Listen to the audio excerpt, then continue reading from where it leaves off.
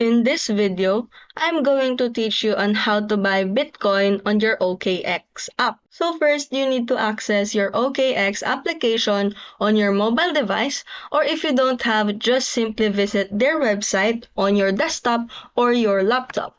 And after that, for you to able to access this site or this page, you have to enter your credentials for you to able to access your account so that you can buy any cryptocurrencies on your exchange. So after that, you will see a bunch of cryptocurrencies listed and you just have to find the BTC, which is the Bitcoin, and you just have to click it.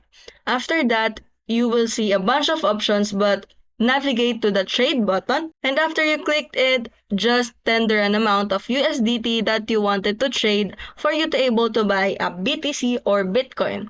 And after you tender an amount, just click the buy BTC for you to able to complete your transaction.